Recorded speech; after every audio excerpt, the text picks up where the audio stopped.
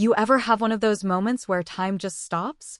Like you're standing in the middle of your life, and everything around you looks the same walls, same furniture, same coffee mug in your hand, but you don't feel like the same person anymore? That's where I was. In the kitchen. With the hum of the fridge as the only sound, and a chipped coffee mug between my hands, like if I held it just tight enough, maybe it would keep me from falling apart. The house was too quiet. You know that kind of quiet? The kind that almost rings in your ears. Like something important is about to happen, and your body knows before your mind catches up. He was in the other room, sitting there, calm, still, like he always is. But me? I was shaking. Because in that moment, I realized something. He stayed. When everyone else left. When friends got tired of the updates. When family said things like, "You made your bed." When I got too hard to love, too complicated, too distant. He stayed. And that scared me more than anything. Because what do you do when the one person who has every reason to leave doesn't? What do you do when you've pushed someone to the edge over and over again, and they just keep standing there, arms open, saying, "I'm not going anywhere"? And what happens when you start to feel something again? Something you thought was long gone? Not just love, but desire. Not just gratitude, but longing. That ache in your chest that tells you maybe, just maybe, you still want to be seen and touched and known. Even after everything. Even after the silence, the tension, the almost affairs. Even after losing pieces of yourself you thought you'd never get back. I know how that sounds. I do. I know some people will judge me, or say I should have been grateful or stronger or more faithful to the version of myself I used to be. But the truth is, healing doesn't always look like a straight line. Sometimes it looks like breaking first. Sometimes it looks like questioning everything. And sometimes it looks like standing in your own kitchen, barely breathing, wondering how it's possible that he's still here. And wondering if that's a gift or a trap. Because the part one haven't told you yet is that I wasn't alone in my loneliness. And no, it never crossed the line.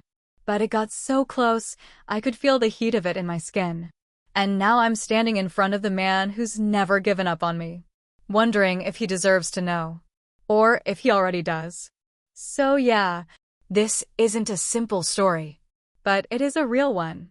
And if you've ever been on either side of that kind of love, the kind that hurts because it still matters, then this story is for you. I didn't even hear him come in. One minute I was standing there, staring into a mug I wasn't drinking from. The next, I felt him behind me. Not close. Not touching. Just there. Like a presence you can feel before you can explain it. The kitchen light above me was dim, one of those bulbs that buzzes faintly when it's been on too long. The rest of the house was shadows. Everything felt slow. Heavy. Like the night itself was holding its breath. I reached for the sugar without thinking. His hand moved at the same time. Fingers brushed. Skin to skin. Just for a second. But it was long enough. Long enough for the hairs on my neck to rise. Long enough for my breath to catch in my throat. Long enough to feel something I hadn't let myself feel in months. He didn't pull back. And neither did I. But we didn't look at each other either. Because if we did, we'd both know. Instead, he slid the sugar jar toward me slowly, like it mattered. And I could feel the heat of his body, just inches from mine. Not touching, but close enough that my skin noticed. I stirred my coffee. Or pretended to. The spoon tapped against the ceramic with a soft, nervous rhythm, like it could distract from the way my heart had started pounding. I hadn't felt this aware in a long time. Not of him, necessarily. But of me. Of my own breath. Of how alive my skin felt under my thin shirt. Of how quiet the house had gotten since he walked in. And I hated that it felt new. I hated that it felt dangerous. Because he was my husband. The man who had seen me sob into this very counter 6 weeks ago. The man who'd slept beside me through silence and cold shoulders. The man who'd held me when I couldn't even explain what was wrong. But right now, he felt like someone I shouldn't want. Like someone I wasn't supposed to be this close to. And maybe that's what made it worse. Or better. because there was something in that air. Something unspoken. His hand grazed my lower back as he reached for a napkin. Casual. Normal. But not really, because my body leaned just slightly into the touch, and when I realized it, I pulled back. I moved to the sink, pretending to rinse the cup I hadn't drunk from. Pretending I didn't notice the way his eyes followed me in the reflection of the window. And when I turned around, he was still watching. Not with hunger. Not with expectation. But with something softer. Something more dangerous. Something like hope. That was the part that undid me. Because he wasn't just looking at me like a man looks at a woman. He was looking at me like he missed me. Like he knew he couldn't ask to touch me again, but was still holding on to the possibility that maybe I'd reach back someday. And that scared me. Because a part of me wanted to. I wanted to lean in. To feel his hand on my neck. To bury my face into the only chest that had ever made me feel safe. But instead, I dried my hands on a dish towel, breathing slower than I needed to, trying to calm something inside me that didn't want to be calmed. He didn't say anything. He just walked past me, gently, brushing against my arm like it was an accident. And I swear, that single, fleeting touch burned hotter than anything else had in months. I stood there, frozen. Not from fear, but from the ache of wanting. The ache of remembering. Because when you've been numb for so long, feeling even a spark can feel like a sin. And God help me. I wanted to sin, but I wasn't ready. Not yet. So I let him walk away. Let the heat of him fade down the hall. Let the silence swallow me whole again. And I stayed there. Hand still pressed to the counter. Eyes closed. Heart wide open. Wondering if he knew what that moment meant to me. Wondering if he knew it was the first time I'd let myself feel anything that real. Since him. Since the man I never touched, but never really let go of. And wondering if the man who stayed would stay again. When he finally learned the truth. I stayed in that kitchen for longer than I needed to. The coffee had gone cold. The spoon had stopped moving. And the silence wrapped around me like a blanket I couldn't quite shake off. Eventually, I walked into the living room. He was there, of course. Sitting on the edge of the couch, elbows on his knees, head tilted slightly like he was listening to something only he could hear. He didn't look up when I came in. But I could feel it. That same tension. That quiet, aching tenderness just below the surface. I sat down across from him, careful not to sit too close. And for a few seconds, we just existed. No words. Just the soft creak of the floor beneath us, the slow rhythm of two people who used to know each other in ways words couldn't describe. And now didn't know how to begin again. Finally, I spoke. Almost without meaning to. You're quiet lately. He turned his head, but not fully. Just enough that I could see his profile in the low light. His voice was low. Measured. I don't want to say the wrong thing, he said. You've been through enough. I swallowed hard, because I knew what he meant. He wasn't just talking about the past few months. He meant years. All the moments I'd drifted, pulled away, curled into myself so tightly I didn't even notice he was still trying to hold on. But you're still here, I said quietly. He looked at me then. Fully. And something in his eyes softened. I meant it, he said, his voice barely above a whisper. When I said, for better or worse. He paused, like the words tasted different now. And this, he continued. This isn't the worst. Not even close. I felt something twist in my chest. Because how could he say that? How could he still see me the mess, the distance, the walls I'd built, and still call this anything less than rock bottom? I didn't know how to respond. So I didn't. Not right away.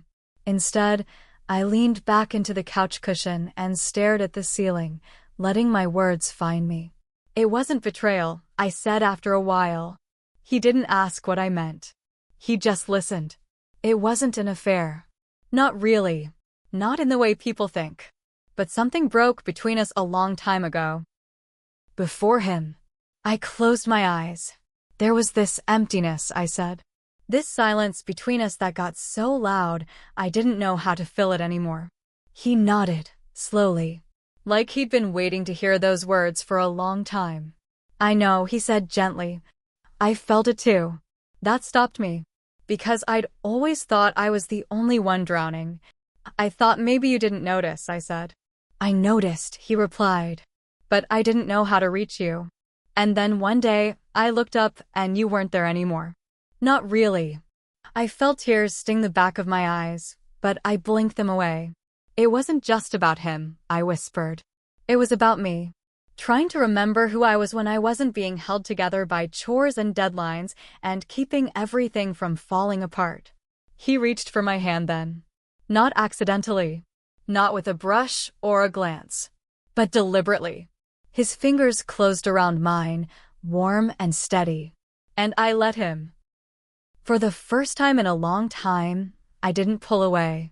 There was no judgment in his eyes. No bitterness. Just the weight of years between us and the quiet hope that maybe, just maybe, we could still climb out of the wreckage together. His thumb moved gently across my knuckles, back and forth, like he was memorizing them again. And I let out a breath I didn't know I'd been holding. We didn't say much after that. Words weren't the thing we needed. But the silence had changed. It wasn't cold anymore. It wasn't empty. It was the kind of silence that makes space. For forgiveness. For truth. For something new. And in that space, I realized that maybe the first step wasn't fixing what had broken. Maybe it was letting someone see the pieces. And trusting that they'd stay anyway. I stared at our hands, his thumb still moving, steady and warm, and I felt that old fear start to rise. Not the fear of losing him, but the fear of finally telling him the truth. Of speaking the thing that had haunted me every time he said, "It's okay. Take your time." Because it wasn't okay. And I had taken too much time. My fingers tightened slightly around his, and I could feel his eyes on me, patient, waiting. "I need to tell you something," I whispered. I didn't look at him. I couldn't. So I stared at his chest instead, the rise and fall of his breath beneath that faded t-shirt he always wore on weekends. The same shirt he wore the night he found me curled up in the laundry room, shaking. "There was someone," I said. And just saying it made my body go still. Like even now, months later, I wasn't sure I had the right to say it out loud. "It never got physical," I added quickly, my voice catching on the word. But it almost did. The silence between us changed again. Not colder. Not angry. Just deeper. "I don't even know what stopped me," I said. Maybe it was guilt. Or maybe. I let the words hang. Maybe it was still you. That's when I looked up. Slowly, afraid of what I'd see in his face. But he didn't flinch. Didn't pull away. Didn't ask who or when or why. He just nodded once. Like he'd already known. "I felt it," he said. His voice was calm. Steady. But not empty. "I felt it in the space between us. In the way you avoided eye contact. In how you stopped laughing at the dumb stuff I said, or asking me how my day was." He paused. And, for the first time, I saw a flicker of pain in his eyes. "You used to look at me like I was your person," he said. "And then one day, you stopped." I didn't realize I was crying until I tasted salt. I reached up, quickly, to wipe it away. But my voice broke before I could stop it. "Why didn't you leave?" I wasn't asking to guilt him. I really wanted to know. Because most people would have. Most people did, friends, family, even me in a way. But not him. He sat back against the couch and let out a slow, quiet breath. "Because," he said, "I wanted to fight for the version of you I still remember." That's when I lost it. Not loud. Not messy. Just this soft, quiet crumbling inside of me. Like I'd been holding up the walls for so long, and suddenly it felt okay to let them fall. He reached for me, then really reached. Pulled me in close, my head against his shoulder, his arms around me like he was still trying to protect something precious. "I knew you were lonely," he murmured. "I just didn't know how bad it had gotten." I nodded into his chest. "I didn't know either," I said. We stayed like that for a long time. No clock. No movement. Just breath, warmth, and the raw truth sitting between us like a third presence in the room. He didn't ask who. He didn't ask why. Because in the end, it didn't matter. What mattered was that I'd said it. And he hadn't run. He stayed. And somehow that hurt even more. Because being forgiven is sometimes harder than being punished. But in that moment, in his arms, I knew something had shifted. The lie wasn't between us anymore. Only the truth. And the terrifying, beautiful question of what comes next. He held me. No words, no pressure. Just his arms, and the steady beat of a heart that had loved me long after it had any reason to. And still, even as I melted into that safety, that warmth, I couldn't stop the storm happening behind my ribs. Because now the words were out. Now the truth had been spoken. And the silence that followed it wasn't peace. It was the ache of wondering what comes after the truth. I laid there, my head tucked against his shoulder, and let my eyes drift shut. And in the darkness behind my lids I saw him. The other man. His smile was easy, boyish.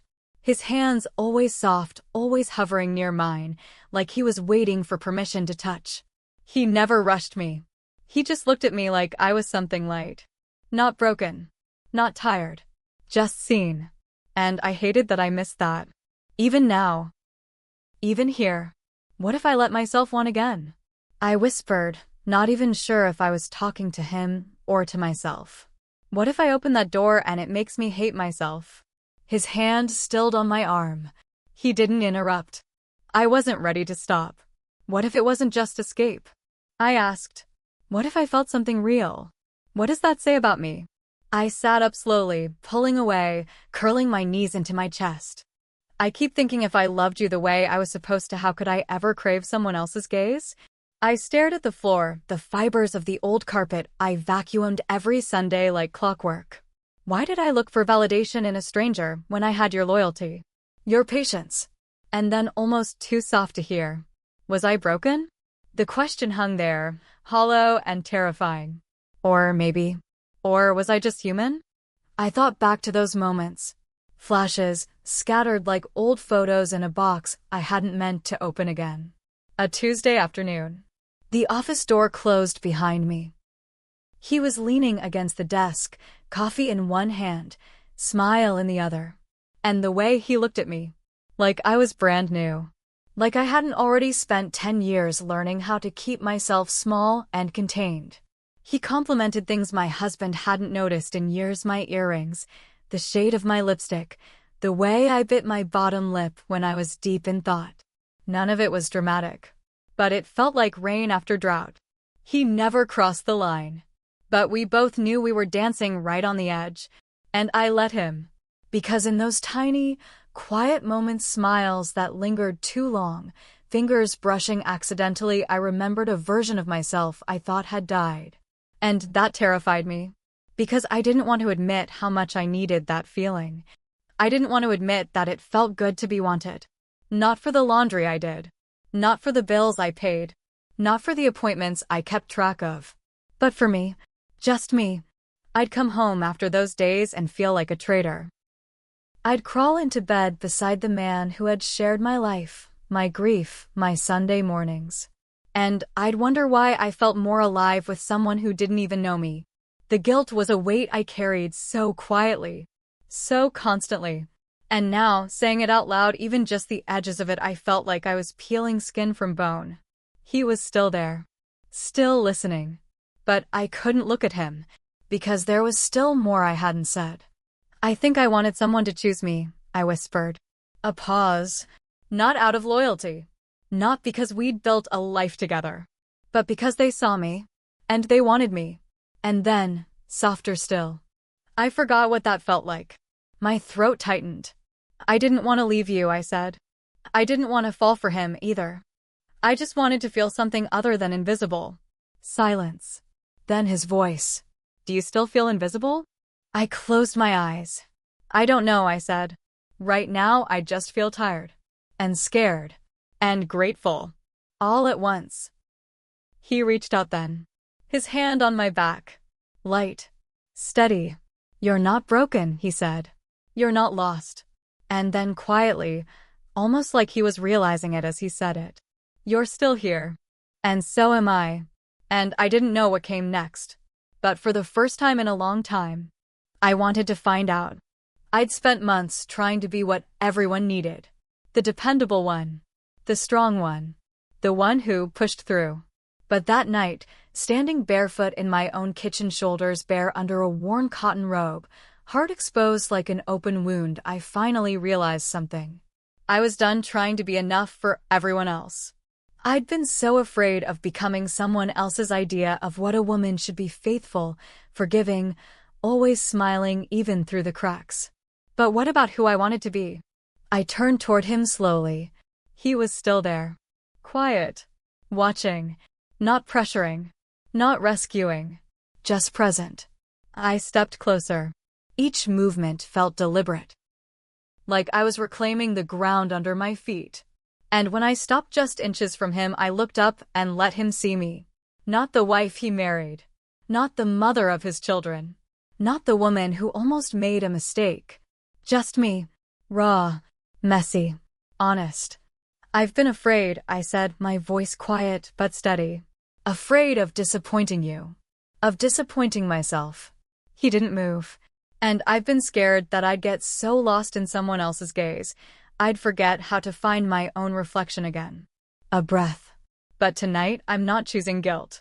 I'm not choosing shame. I reached for his hand. Not to be comforted, but to connect. I'm choosing me. His eyes didn't leave mine. I'm choosing who I want to be, not who I thought I had to be loved. The silence between us wasn't heavy this time. It was full of possibility. I don't want to fix things, I said. Not in the way we used to. Not with apologies or pretending. I moved even closer. I wanted him to hear every word. To feel them. I want to rediscover things. Relearn what it means to be in love. With you, if you still want that. Still, no words from him. Just a shift in his breath. A soft tremor across his lips. And then he stepped forward. No grand gestures.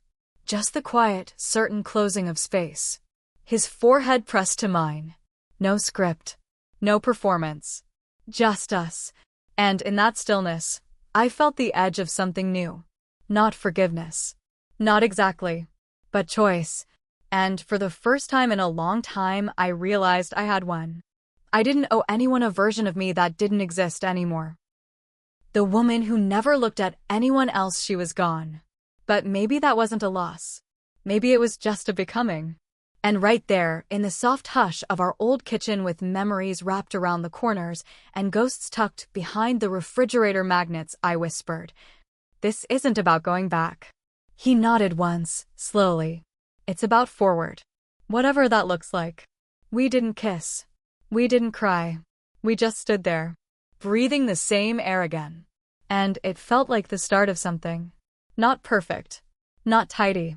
But true. And I think that was enough for me to begin. "Be home by 8 tonight," I said, the words barely more than a whisper. No questions. Just trust me. He looked at me for a moment, long enough to wonder, maybe long enough to hope. And then he nodded. No questions. Just trust. I stood there for a while after he left.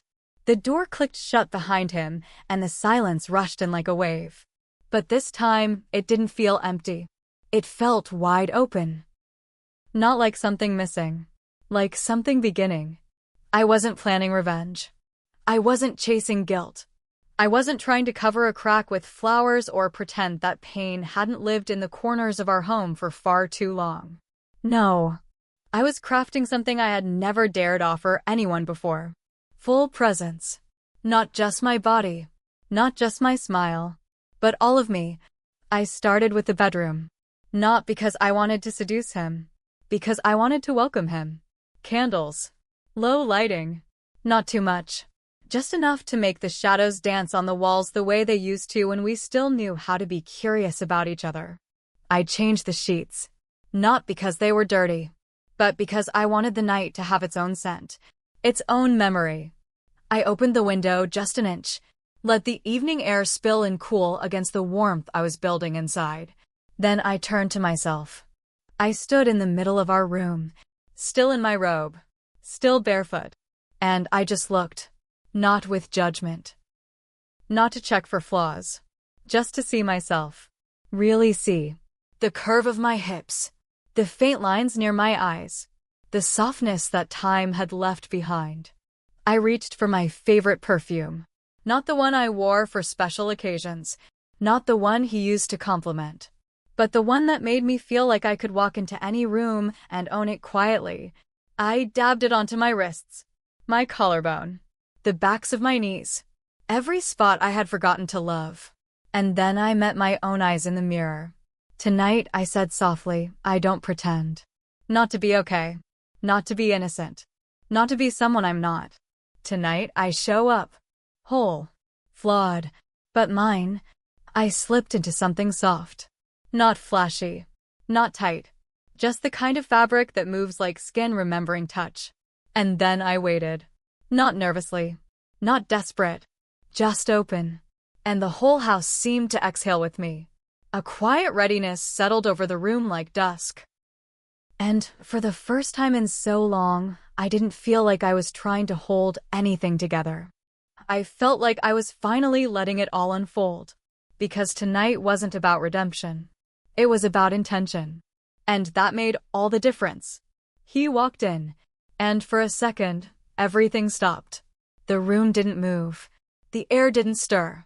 Even the candle flames stood still as if the house itself was holding its breath. His eyes found mine. And they didn't ask questions. They didn't need to. They just drank me in. Like I was a memory returning home. He shut the door gently behind him, the sound muffled by the hush I had prepared. Not silence. Something softer. Something sacred. He took a step toward me and I stayed still. Because tonight, I wasn't waiting to be chosen. I was the choice. I reached for him first. My fingers slid across his collarbone deliberate slow. Like tracing a line from a story we'd started once and never finished. He let out a breath I hadn't heard in years. Not the sigh of exhaustion. Not the sigh of resignation. But the sound of relief. Recognition. I didn't kiss him. Not yet. There was something more important than lips and skin in that moment. There was remembering. There was seeing. And God, there was wanting. Not like we used to, not like the first nights when lust was loud and fast and careless. No, this was different. This was the kind of wanting that grew in the spaces between years. The kind that stayed after arguments. After betrayal. After disappointment. This was choosing. I whispered. Do you remember that night, the one we never talk about? He nodded barely. But it was enough. A fantasy we had shared once. Laid in bed. Half asleep, half naked. He told me what he wished he could do. Who we could be if we weren't so afraid of being too much. Too bold. Too different. I remembered every word. And tonight I wore it. Not in costume. But in confidence. The version of myself I'd buried under motherhood, routine, and silence. She was back. And she was leading. I didn't ask him to follow. He just did. He sat on the edge of the bed the way I guided him to, wordless. I stood before him, fully clothed, but emotionally bare. His eyes didn't roam like they used to. They rested.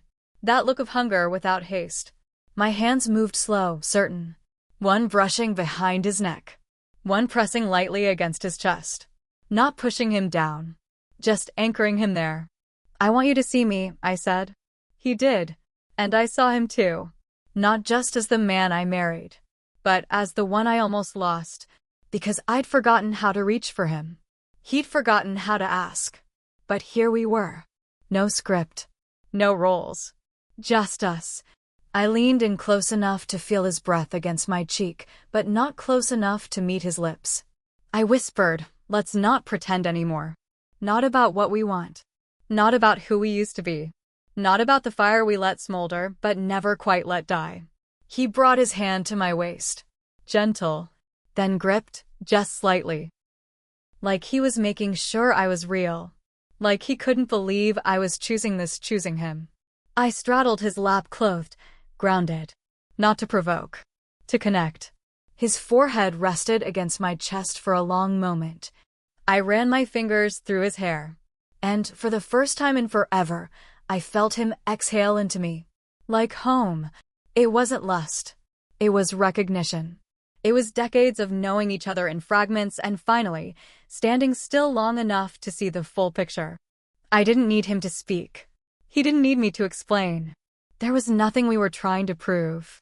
Only something we were finally ready to feel. We stayed like that, skin on fabric, eyes barely blinking as if moving too fast would break the spell. And maybe it would have. But right then, there was only one truth in the room. We were still here. Not out of obligation. Not out of fear. But because beneath everything that had tried to rip us apart, we still burned. Quietly. Powerfully. Undeniably. The bedroom was quiet. But not empty. Candles flickered in corners, throwing soft, golden shadows on the walls. The music was low, instrumental, warm, like the sound of a secret being whispered in the dark. We didn't rush.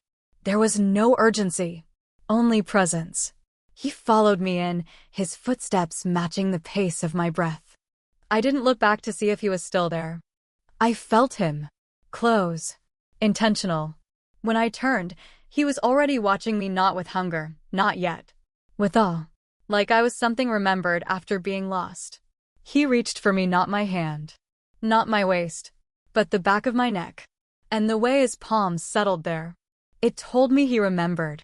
Every version of me. The woman I was at 25, reckless, brave, loud. The woman I became after loss, quiet, fragmented, careful. And the woman standing in front of him now, reclaimed, trembling, but unafraid.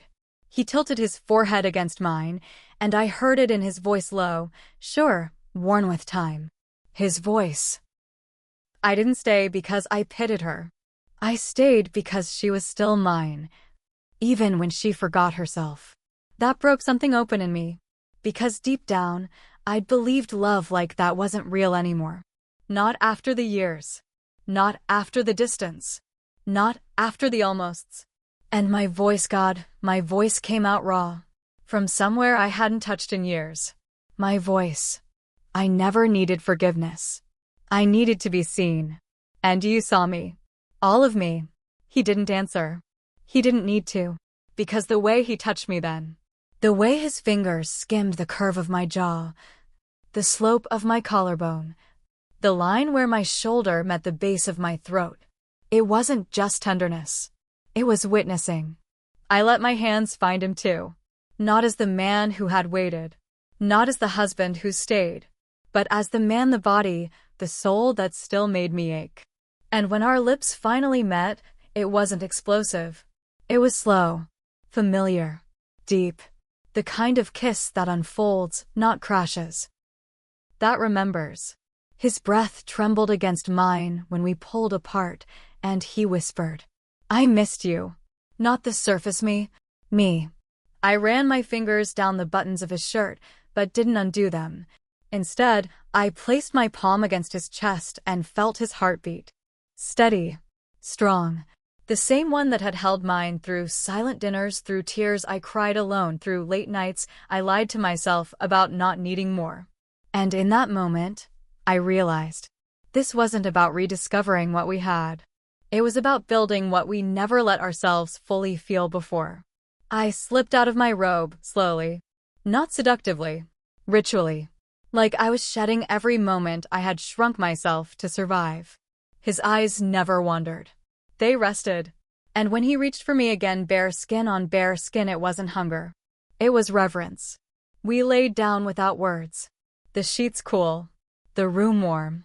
And for once, the silence wasn't painful. It was safe. He kissed my shoulder before moving to my wrist, holding it there like a promise. There was no performance. Just truth. Every touch said, I know you. Every movement asked, are you still with me? And every sigh, every whispered gasp, every pause to breathe again.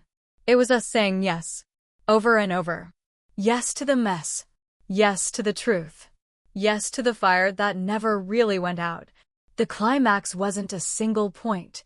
It was a rising, rolling wave of coming home. Of being unhidden.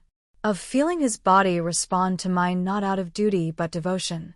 He moved like he didn't want to own me. He moved like he already did, not as a possession, as a witness. And when it broke, when the heat gave way to stillness, I didn't cry because I was overwhelmed. I cried because for the first time in years I was met. Fully. Finally. And he kissed those tears slowly, one by one, and whispered, "We're not broken." And I believed him. Afterwards, the world felt different, like the night had rewritten everything without saying a word. We didn't speak for a long time. Not because there was nothing to say, but because sometimes words aren't enough. We just lay there, his hand resting gently on my stomach, warm and steady. Mine cupping the beat of his heart, steady too, but carrying everything we hadn't dared to say. The silence wasn't empty. It was full. Full of all the things we'd held back: pain, regret, hope. I realized then there was no going back to who we were before. The brokenness, the distance, the almosts, they couldn't be erased. But maybe that was the point. Maybe this wasn't about pretending the past didn't hurt. Maybe it was about what we do after the hurt. I turned my head just enough to meet his gaze in the flickering candlelight. His eyes were tired but sure. And he whispered something so quiet, I almost missed it. "You came back to me." My voice trembled, but the words were finally true. I never really left. And in that moment, lying tangled in the aftermath of everything, I believed it, because sometimes staying means fighting through the mess. Sometimes love isn't perfect. It's patient. It's messy. It's real. And sometimes it's all you have left to hold on to. Pause, deep breath. If you've ever felt like the world left you behind, but someone stayed anyway. If you've ever longed to be truly seen, even when you're broken, you're not alone.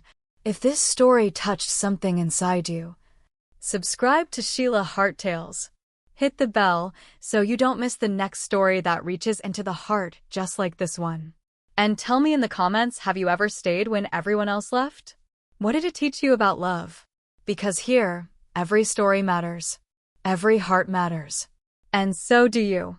Have you ever almost ruined the one thing that could truly save you? The thing that wasn't perfect, wasn't easy, but still held the power to heal? When loyalty isn't about never making mistakes, but about being present through all the mess. Have you ever felt that aching pull between wanting to run and wanting to stay? I know I have. And if this story touched you, if you've ever stayed when it hurt, or if you've ever been grateful that someone stayed for you, please leave a comment. Share your story. Because you are not alone. Here we hold space for all the messy, beautiful, complicated parts of love. And if you want to feel every raw, slow-burning second of stories that reach deep into the heart, subscribe to Sheila Hart Tales. Every week, we go there together. To the places no one talks about, but everyone lives through. Thank you for trusting me with your time. I'll see you in the next story. Until then, take care of your heart.